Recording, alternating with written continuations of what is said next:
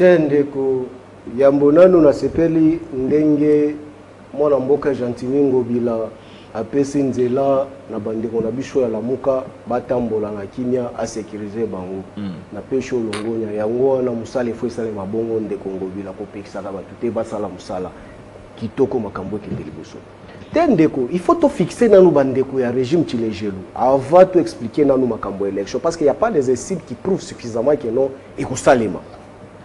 Ndeko, lelo ba mandataire na ba député, o lelo ba ko traquer ba communicateur.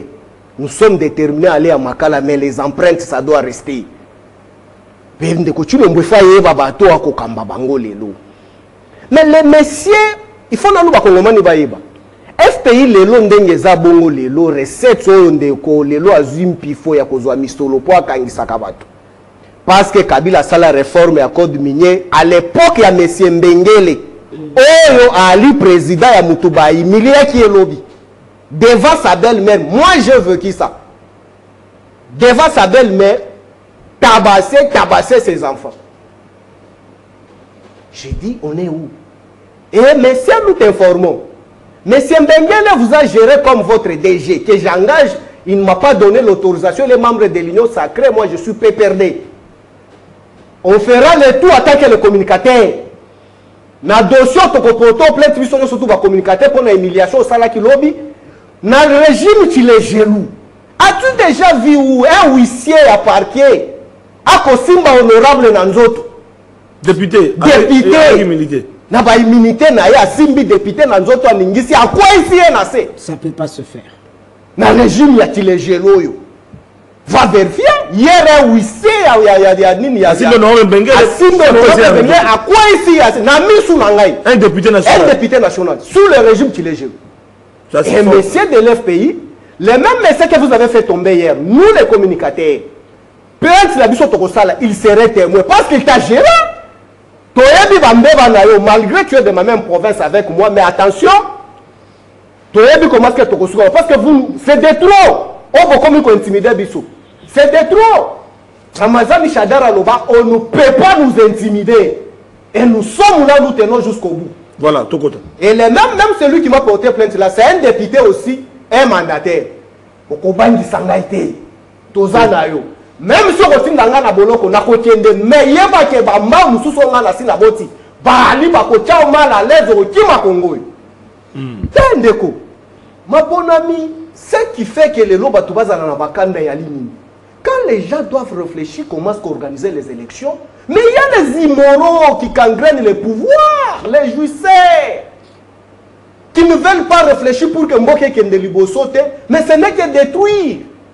Na sepeli ko débattrice nanga ou tu koloba yango que non, entre développement et élection, vous voulez quoi? Mais Kabila avait dit ça. Mais tout le monde, on avait taxé Kabila de tous les mots.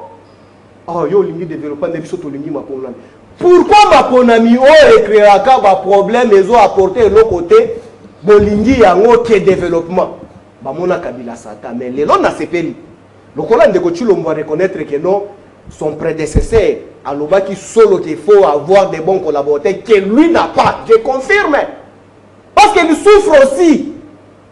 Mais ce qui m'écoeure c'est quoi? Tu sens que tu souffres mais tu n'arrives pas à chasser les gens. Mais il faut avoir les gens qui nous présentent absolument rien, qui nous aboutit, nous la jeunesse, quand vous criez pour que nous continuions à voir Kangaya, avec l'argent de l'État. Mais nous sommes dans quel pays? Il dit ici que les élections, oui j'accepte, parce que tous, nous voulons, comme régime Tshilejelu Oyo, Bamesana ko violer la Constitution. Nous, PPRD, moi en tant que communicateur personnel à Kabila, nous acceptons qu'elle va violer ta constitution pour organiser ma ponami en 2023. Tu allez prêt. Et en 2022, toi après. Attends, PPRD, vous avez préparé ma ponami. Papa. Kabila a préparé ma ponami. Tu as dit que ça la intercession que nous avons kota bango le kola ba mesana na forcing. Va violer la constitution pour organiser ma ponami en 2022. Tous après. Plutôt que battre bango ba ne lo ba osalate.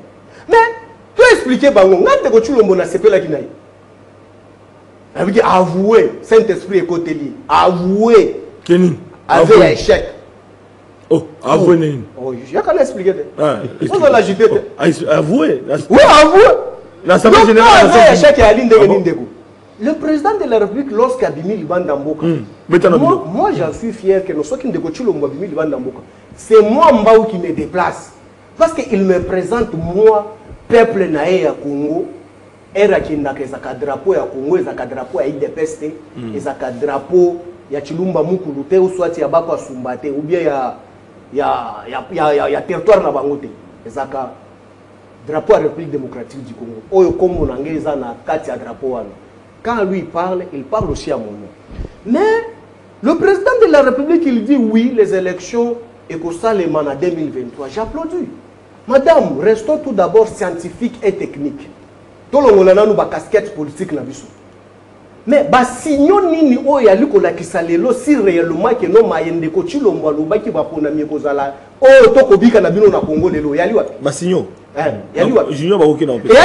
premier élément détail.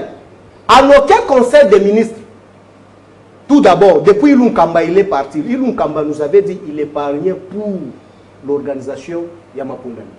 Quand Sama Lukonde est arrivé, Sama n'a jamais expliqué les Congolais, auteur Nini, Sama Lukonde et qui, Pepe Ilun Kamba, avait laissé pour épargner Namapunani.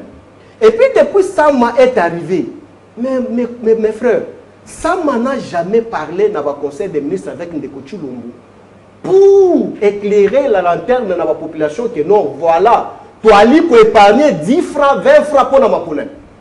Si vous avez la date, il y a conseil des ministres, vous expliquez. Et ça n'a jamais existé. Et aujourd'hui, on nous fait croire, même si nous sommes idiots, moi je me pose la question, mais fort malheureusement on ne l'est pas. Mais non, nous ne sommes pas dans une ONG. Même ONG, président n'a pas collaborateur, n'a pas boni.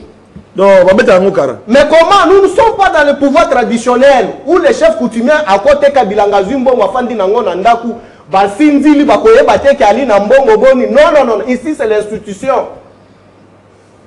Pour qu'on organise les élections, il y a des ministres sectoriels qui doivent se prononcer dans le conseil des ministres pour présenter les bilans et les lignes maîtresses que notre toile pour se préparer pour notre Mapunami. Et ça les macaté. Donc en interne, rien ne se prépare. Mais oui. Mais Libanda va gagner l'élection. Mais c'est des fictions. Mais lorsqu'on nous fait croire que non, Tokosala Mapunami parce que toile a 3 milliards et demi. Mais non, dans quel pays on peut organiser les élections avec la réserve d'échange? Dans quel pays? On va se tromper peu de sous. Et puis Dédé, réserve d'échange au Koto mais il faut beaucoup Misakabila. Il faut bosser un pardon Zambali Misabino. L'ifelo, non seulement Bossali Masumu Moussou, mais Masumu Bokendele l'ifelo, c'est avoir insulté Kabila. Nzamba Otumbabino. Oh. On a vu ça. Nini sous Chitio. Yoka Masumu, il faut passer un pardon. Sinon, quand dans Zambé Okita. Nini sous Kabila. Ah, Moussada. Tokajou. Quand il est arrivé dans ce pays, on n'a pas trouvé la réserve d'échange, mon frère. Oui, encore moins, DJ.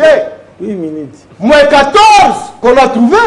Mais Kabila, avec les propres énergies, l'homme à la barbe, nous avons ramené la réserve d'échange et nous avons amené un budget. Mais les lots de Kobali Kopiolo là. On a même appuyé 14 milliards de fouti. Oh, bango. Oh, de Kotilo, on voit qu'on soit Banyongo Lelo. Oh, biso toya ko futa bisous. Biso to zwa nyongote.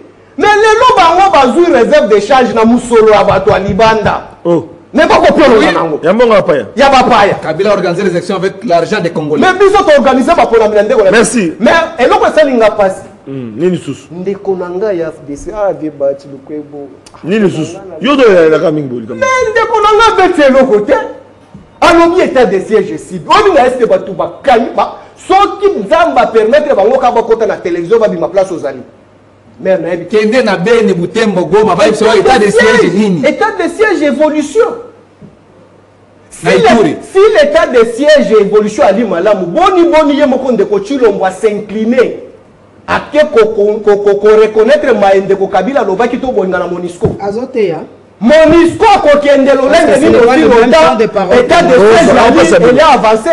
C'est pour vous dire que vous avez joué. La moindre des choses c'est quoi? Comme vous êtes de l'AFDC, j'ai beaucoup de respect avec mon père Bahati Lukwebo. Même s'il ne nous a pas donné la charte Oui. de l'Union sacrée. Ouais, non, on l'a bloqué. On l'a bloqué. Oui, oui. Par Je qui? vous dis, mais j'ai beaucoup de respect et je vous ai toujours dit. Chité, Il est le seul monsieur. Non, attention. Il est le seul monsieur que je reconnais dans votre fiction de l'Union sacrée là. Seul monsieur que je reconnais et je respecte que non, Ali na culture et gestion personnelle c'est Bahati.